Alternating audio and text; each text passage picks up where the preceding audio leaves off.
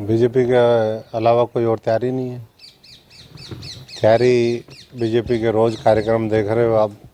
प्रधानमंत्री जी रोज़ हजारों करोड़ के प्रोजेक्ट किसी न किसी राज्य में देश को समर्पित कर रहे हैं, या तो उसका शिलान्यास कर रहे हैं या उसका उद्घाटन कर रहे हैं। आज भी 4 बड़े शहरों में मेट्रो शुरू हुई, जो अपने आप में ऐतिहासिक है। आज वेस्ट बंगाल में उन्होंने खुद जा कर के वहाँ पर समुद्र के बीच से, पानी के बीच से भी मेट्रो शुरू करी है। पूना में शुरू हुई, त्रिची में शुरू हुई तमिलनाडु में, और साथ साथ आगरा के अंदर। बहुत ही ऐतिहासिक दिन है। और साथ साथ आज अंतर्राष्ट्रीय महिला दिवस के उपलक्ष्य में आज जो नारी शक्ति वंदन अभिनंदन प्रोग्राम, जो सेल्फ हेल्प ग्रुप्स हैं, उनको किस तरीके से आगे बढ़ाया जाए, देश में 3 करोड़ लखपति दीदी कैसे तैयार हों, उस संकल्प को लेकर के, और जिस तरीके से गैर भाजपाई राज्यों के अंदर महिलाओं के ऊपर अन्याय और अत्याचार है, उसमें बंगाल का उदाहरण आपने सबने देखा कि साजा शेख, जिसको वहाँ की सरकार बचाने में लगी हुई है, उन तमाम मुद्दों का उन्होंने जिक्र किया। और उन्होंने ये भी जिक्र किया कि एक समय वो भी था जब नरेंद्र मोदी जी ने सब कुछ छोड़ करके और देश के प्रति जब अपने आप को समर्पित किया, तो किस तरीके से गरीब किसान मजदूर और ख़ास तौर से जो माताएं बहनें थी, उन्होंने जब उनके पास एक पैसा नहीं होता था जेब में, तब भी उनके दर्द को समझा। और मैं समझता हूँ कि आज इसीलिए और ज़्यादा शक्ति और प्रेरणा के साथ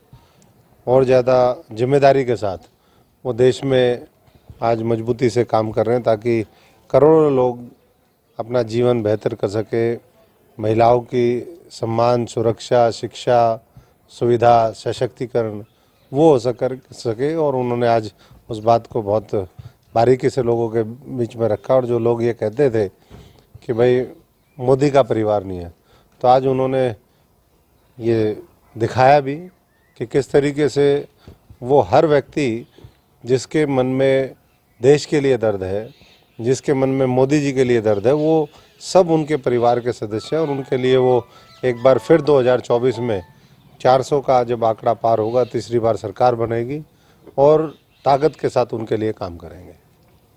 हरियाणा बीजेपी की क्या तैयारी है? हरियाणा में भी बीजेपी की बहुत तैयारी है। आज भी हम रोज़ किसी न किसी, अभी लगातार 3-4 दिन महिलाओं के सम्मान और सशक्तिकरण के लिए कार्यक्रम है।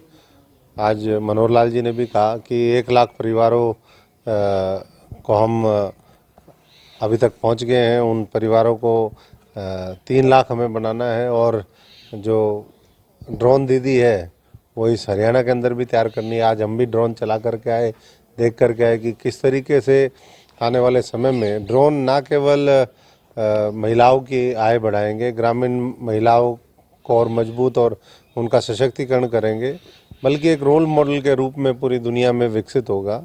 और जो गलत इलीगल तरीके से जो काम होते हैं, चाहे वो इलीगल माइनिंग हो, चाहे वो इलीगल कॉलोनियाँ कटने का मामला हो, वो सारा उन्होंने बात रखी है कि किस तरीके से हम जो ड्रोन दीदी है उसका आय को कैसे वर्धन किया जाए, वो उसके लिए भी उपयोग करेंगे। और जो नारी शक्ति है वो टेक्नोलॉजी का भरपूर प्रयोग कर सकें भविष्य के अंदर। और आज हम देख करके आए BA, MA, M.Ed इस तरह की जो माताएं बहनें हैं वो ट्रेनिंग लेकर के आई हैं। रानिया में आज मैं था। और इसी तरीके से मैं समझता हूँ कि आने वाले समय के लिए वो और ताकत के साथ मनोहर लाल जी के नेतृत्व में काम होगा। दोनों सरकारें बहुत तेज़ी के साथ आज संकल्प लेकर के आगे बढ़ रही हैं कि हमें देश को 2047 तक, भारत को, अपने हरियाणा प्रदेश को बहुत विकसित, शिक्षित हर क्षेत्र में आगे बढ़ाना है। और उसके लिए जनता के सहयोग की आवश्यकता। और जनता 10 की 10 हरियाणा की लोकसभा सीटें जिता करके मैं समझता हूँ कि अभी मई माह में आशीर्वाद देगी। और जब अक्टूबर में फिर दोबारा बारी आएगी, फिर दोबारा एक बार तीसरी बार मनोहर लाल जी के नेतृत्व में सरकार होगी। लोकसभा चुनाव हरियाणा में गठबंधन में लड़ा जाएगा, क्या अकेले बीजेपी लड़ेगी? देखिए, ये तो पार्टी के शीर्ष नेतृत्व का फैसला है। बार बार सबने अपनी बात रखी है और अंतिम फैसला मैं समझता हूँ कि और 4-5 दिन के अंदर हो जाएगा, सब स्पष्ट हो जाएगा। लेकिन भारतीय जनता पार्टी मजबूत स्थिति में है, 10 की 10 सीटें जीतने की स्थिति में है। बाकी जो तालमेल है वो कैसा बैठेगा, किस तरीके से होगा, वो तो नेतृत्व का फैसला होगा। सबसे पहले बीजेपी ने लिस्ट जारी की, कितना मानते हैं कितना फायदा होगा क्या? नहीं, बीजेपी तो हमेशा सबसे आगे है, संगठन की दृष्टि से भी, ज़मीन पे मेहनत करने में भी और अनाउंसमेंट में भी और काम करने में भी। यही एक कॉन्फिडेंट जो लीडरशिप होती है उसका ये साइन होता है। तो जहाँ एक एक दिन में 550 अंडरपास, ओवरब्रिज का उद्घाटन हो, 1000 से ज़्यादा नए रेलवे स्टेशनों का हो, तो इतने बड़े बड़े पैमाने पर मैं समझता हूँ कि अगर काम हुआ है तो आप सिरसा का ही रेलवे स्टेशन देख लीजिए, कितनी जगह, एक ही जगह भट्टू में, कालावाली में, बड़ा गुडा, कितने प्रोग्राम एक ही दिन में हुए, जो अपने आप में मैं समझता हूँ कि ऐतिहासिक है और अभूतपूर्व है। और लोग इसी काम को देख करके भविष्य में और बड़े जनादेश के साथ भारतीय जनता पार्टी को मौका देंगे। चौधरी वीरेंद्र सिंह ऐलान कर चुके हैं कि अगर जजपा के साथ गठबंधन नहीं टूटा तो वो पार्टी छोड़ देंगे। उन्होंने अपनी बात कही है, बाकी तो अभी पार्टी सारे जो पहलू हैं उनके ऊपर विचार करके ही अंतिम फैसला लेगी। सबको अपनी बात कहने का हक होता है, वो भी वरिष्ठ नेता है भारतीय जनता पार्टी के, उन्होंने अपनी बात रखी है। तो पहली लिस्ट में कुछ सीटिंग एमपी है, उनकी टिकट काटी गई है, दिल्ली में भी। क्या लगता है हरियाणा में आके कैसे रहेगा? देखिए, जिन लोगों की परफॉर्मेंस अच्छी है, दोबारा पार्टी ये महसूस करती है कि भाई उनको फिर मौका मिलना चाहिए तो उनको मौका देती है। और अगर ये लगता है कि कहीं और बेहतर विकल्प हो सकता है या कहीं किसी को और व्यक्ति विशेष को मौका देना चाहिए, ये कोई परिवारवाद की तो बुनियाद पर टिकी हुई पार्टी है नहीं कि भाई एक ही आदमी, एक ही परिवार, उनको बार बार मौका देते रहे।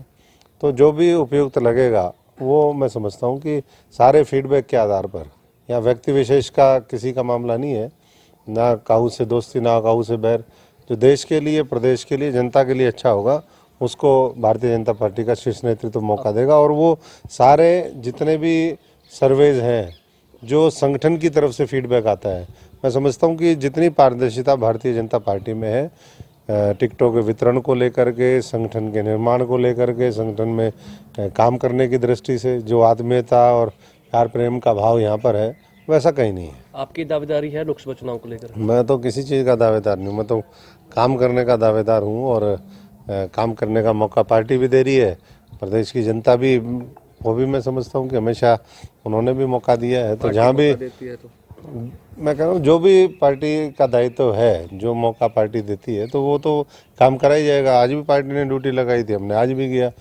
पहले भी जो जो ड्यूटी लगती रही वो करते रहे, आगे जो ड्यूटी लगेगी वो करेंगे। माना जाए भी अशोक तंवर कुछ मांगेंगे नहीं, अगर पार्टी देती है तो उसको एक्सेप्ट करेंगे। मांग तो दुनिया रही है, मांगने का सवाल नहीं होता, ये संगठन देखता है कि भाई किस व्यक्ति को कहाँ किस रूप में उसकी सेवाएं वो देश और प्रदेश के काम आनी चाहिए, संगठन के काम आनी चाहिए। और उसके हिसाब से आज कोई है, कल किसी और को मौका मिलेगा। और मौका निरंतर अच्छे लोगों को मिलना चाहिए, अच्छा नेतृत्व निकल करके आना चाहिए, जो विजनरी हो, जो मोदी जी के विकसित भारत की जो सोच है, मनोहर लाल जिस तरीके से पारदर्शिता के साथ काम कर रहे हैं, उसके साथ मैच करता हूँ। एक आपकी दोनों जो पुरानी पार्टी है, कांग्रेस और आप पार्टी, उनका गठबंधन हुआ है हरियाणा में, किस तरह देखते हैं? मैं क्या देखता हूँ, जनता देखेगी उनको। चुनाव भी लड़ेंगे, वो तो लड़ ही रहे हैं। खासकर वो, सुशील गुप्ता जी। अभी तो देखो मैदान में वो कैंडिडेट ही नहीं है उनके पास, सारे तो मैदान छोड़ छोड़ करके भाग रहे हैं। किसी से भी पूछो कहते हैं मैं नहीं लड़ूंगा।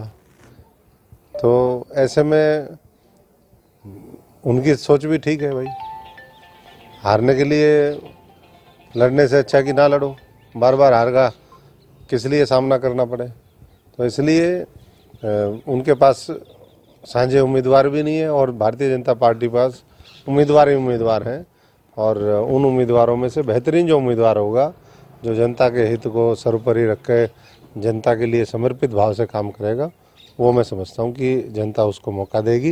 लेकिन इतना तय है कि 10 के 10 जगह कमल का फूल खिलेगा और कमल ही उम्मीदवार होगा।